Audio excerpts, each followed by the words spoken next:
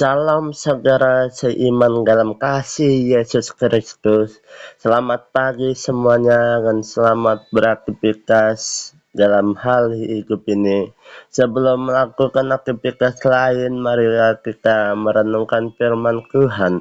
Marilah kita membaca firman-Nya yang hidup agar kita tidak beroleh jalan sesat, tetapi kita beroleh jalan kebenaran dan keselamatan yang akan diberikan kepada kita semua yang percaya kepadanya, Allah yang hidup, Yesus Kristus, Juru Selamat kita. Sebelum merenungkan firman Tuhan ini, Ibrani 10 ayat 1 sampai 39, marilah kita berdoa, minta kepada Tuhan yang hidup supaya kita beroleh hikmat dan kebenaran arti firman Tuhan ini.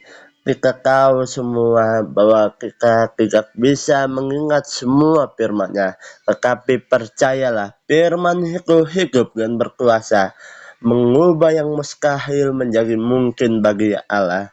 Sebab Allah lah yang menciptakan kita semua. Allah lah yang berhak menerima pujian kita semua. Allah lah yang berhak berkata atas hidup ini. Marilah kita berdoa. Ya Tuhan Allah kami, Allah yang hidup, terima kasih atas kesempatan yang Kau berikan pada kami. Kami bisa bernapas, kami bisa berbicara oleh karena kasih-Mu kepada kami. Kami hidup pada pagi hari ini karena Engkau-lah Tuhan kami, Juru Selamat kami. Yesus Kristus, kebenaran kami, penyelamat kami. Ampunilah kesalahan kami, Tuhan. Ampunilah tindakan kami yang bersalah ini, Tuhan. Tetapi kasihilah kami, Tuhan, seperti Engkau mengasihi orang-orang yang percaya kepadamu, Tuhan. Kami percaya padamu, Tuhan. Engkau akan memberikan kami kasih-Mu kepada kami. Kami bersyukur dan berterima kasih padamu, Tuhan. Kiranya Tuhan memberikan kami pengertian tentang firman-Mu yang hidup ini. Haleluya, amin. Judul perikopnya persembahan yang sempurna, Ibrani 10. Di dalam hukum Taurat hanya terdapat bayangan saja dari keselamatan yang akan datang, dan bukan hakikat dari keselamatan itu sendiri. Karena itu dengan korban yang sama yang setiap tahun terus-menerus dipersembahkan, hukum Taurat tidak mungkin menyempurnakan mereka yang akan mengambil bagian di dalamnya. Sebab jika hal itu mungkin, pasti orang tidak mempersembahkan korban lagi. Sebab mereka yang melakukan ibadah itu tidak sadar lagi akan dosa sekali disucikan sekali untuk selama-lamanya. Tetapi justru oleh korban-korban itu setiap tahun orang diperingatkan akan adanya dosa. Sebab tidak mungkin darah lembu jantan atau darah domba jantan menghapuskan dosa. Karena itu ketika ia masuk ke dunia, ia berkata, korban dan persembahan tidak engkau kehendaki, tetapi engkau telah menyediakan tubuh bagiku kepada korban bakaran dan korban penghapus dosa. Engkau tidak berkenan. Lalu aku berkata, sungguh aku datang dalam gulungan kitab agar tertulis tentang aku, untuk melakukan kehendak-Mu, ya Allahku. Ya kasih ia berkata, korban dan persembahan, korban bakaran dan korban penghapus dosa tidak engkau kehendaki, dan engkau tidak berkenan kepadanya, meskipun dipersembahkan menurut hukum Taurat. Dan kemudian katanya, sungguh aku datang untuk melakukan kehendak-Mu. Yang pertama ia hapuskan supaya menegakkan yang kedua. Dan karena kehendaknya inilah kita telah dikuduskan satu kali untuk selama-lamanya oleh persembahan tubuh Yesus Kristus. Selanjutnya setiap imam melakukan tiap-tiap hari pelayanannya dan berulang-ulang mempersembahkan korban yang sama sekali tidak dapat menghapuskan dosa. Tetapi ya, sekalian mempersembahkan hanya satu korban saja, karena dosa ia duduk untuk selama-lamanya di sebelah kanan Allah. Dan sekarang ia hanya menantikan saat ya, di mana musuh-musuhnya akan dijadikan kumpulan kakinya, sebab oleh satu korban saja ia telah menyempurnakan untuk selama-lamanya mereka yang ia kuduskan. Dan tentang hal itu, Roh Kudus juga memberi kesaksian kepada kita. Sebab sekala ia berfirman, inilah perjanjian yang akan kuadakan dengan mereka. Sesudah waktu itu ia berfirman pula, aku akan menaruh hukumku di dalam hati mereka, dan menuliskannya dalam akal budi mereka. Dan aku tidak lagi mengingat dosa-dosa dan kesalahan mereka. Jadi apabila untuk semuanya itu ada pengampunan, tidak perlu lagi dipersembahkan korban karena dosa. Kekekunan.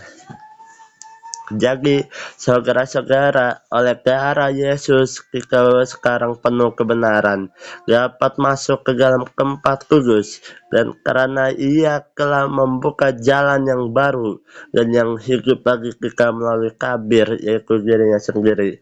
Dan kita mempunyai seorang imam besar sebagai kepala rumah Allah. Karena itu marilah kita menghadap Allah dengan hati yang tulus, ikhlas dan keyakinan iman yang teguh. Oleh karena hati kita telah dibersihkan dari hati nurani yang jahat, dan tubuh kita telah dibasuh dengan air yang murni. Marilah kita teguh berpegang pada pengakuan tentang pengharapan kita, sebab Ia yang menjanjikannya setia, dan marilah kita saling memperhatikan supaya kita saling mendorong dalam kasih dan dalam pekerjaan baik. Janganlah kita menjauhkan diri dari pertemuan ibadah kita, seperti dibiasakan oleh beberapa orang, tetapi marilah kita saling menasihati dan semakin giat melakukannya menjelang hari Tuhan yang mendekat. Sebab jika kita sengaja berbuat dosa sesudah memperoleh pengetahuan tentang kebenaran, maka kita kagak lagi korban untuk menghapus dosa itu, tetapi yang ada ialah kematian yang mengerikan akan penghakiman karena api yang dahsyat yang akan menghanguskan semua orang durhaka. Jika ada orang yang menolak hukum Musa, ia dihukum mati tanpa belas kasihan atas kekerangan dua atau tiga orang saksi.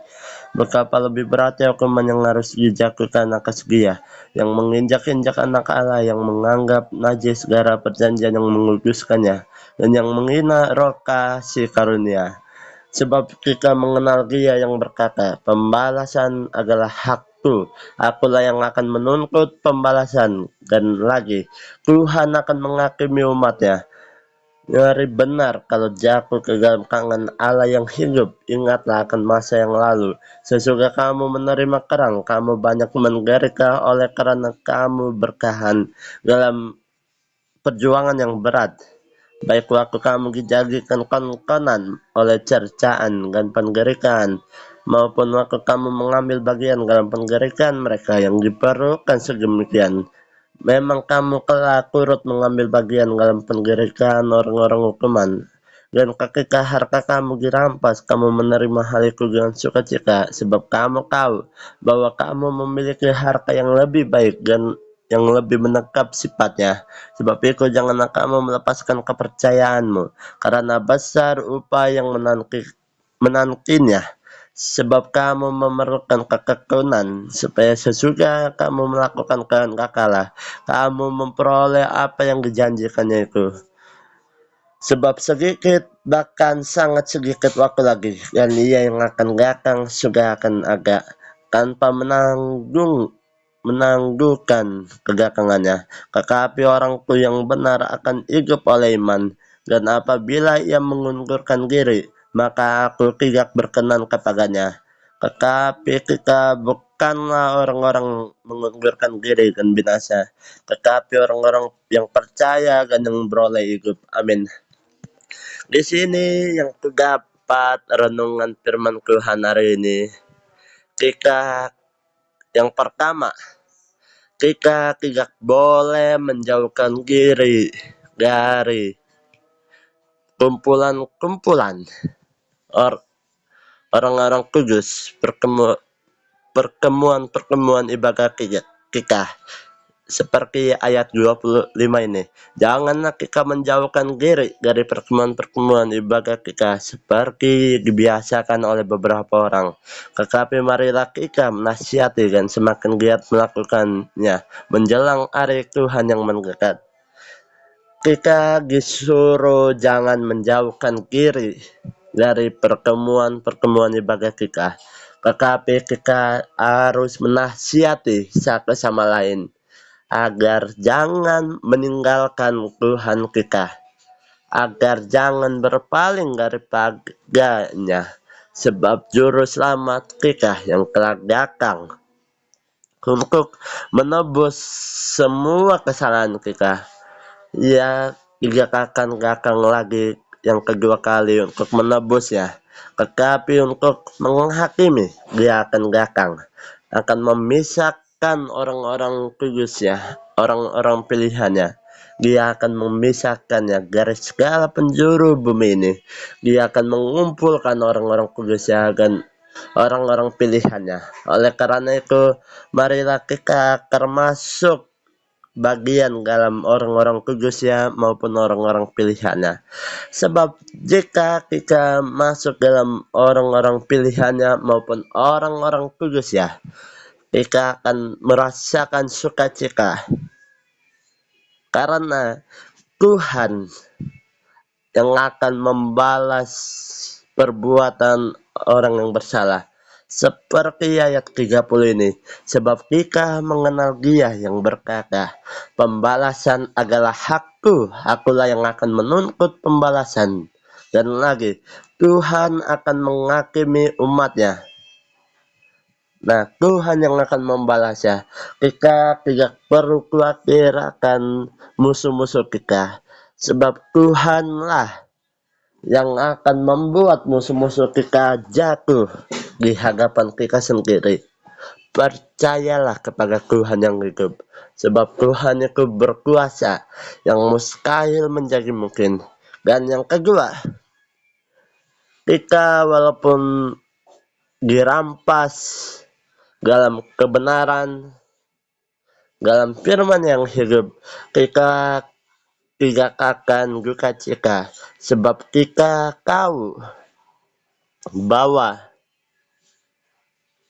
kita memiliki harta yang lebih baik dan yang lebih menetap sifatnya, yang artinya Allah menyediakan harta tak terbatas di kerajaannya. Kerajaannya yaitu emas murni dan permata yang sangat indah. Bayangkan saja jika kita sedih dengan harta dunia ini dirampas, bagaimana bisa kita memperoleh harta tak terbatas itu?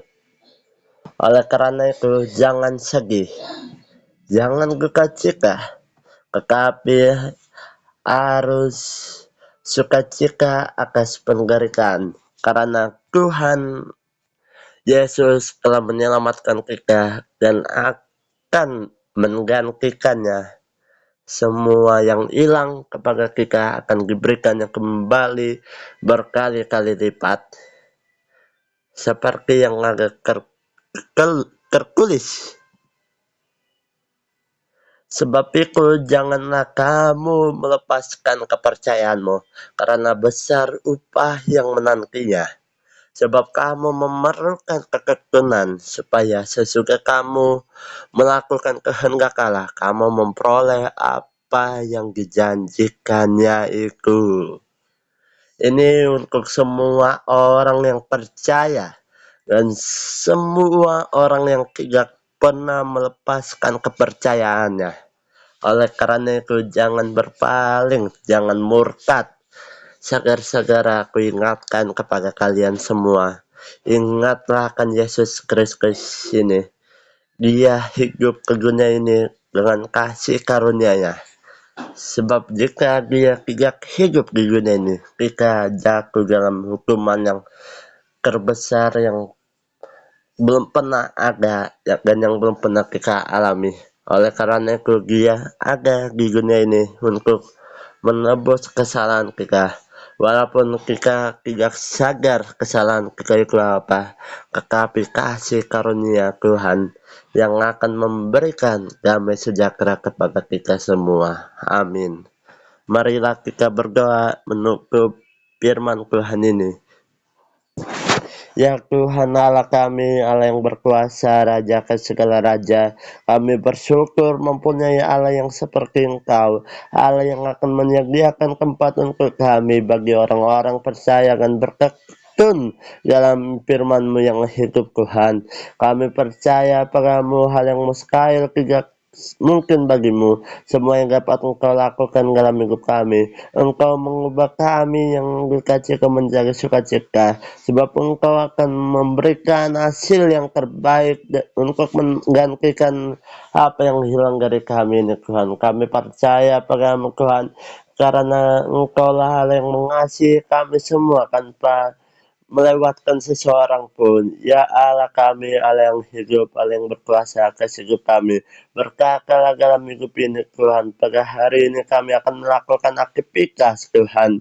Kiranya Engkau menyertai kami, menjaga kami dimanapun kami berada, kemanapun kami akan pergi. Kami percaya dan kami mengandalkan Engkau Tuhan, karena Engkau yang berkuasa atas hidup kami. Kami serahkan hidup ini Tuhan ke dalam tangan-Mu, supaya kami kudus dan beroleh kasih karunia-Mu Tuhan. Di dalam nama Yesus Kristus, haleluya, amin.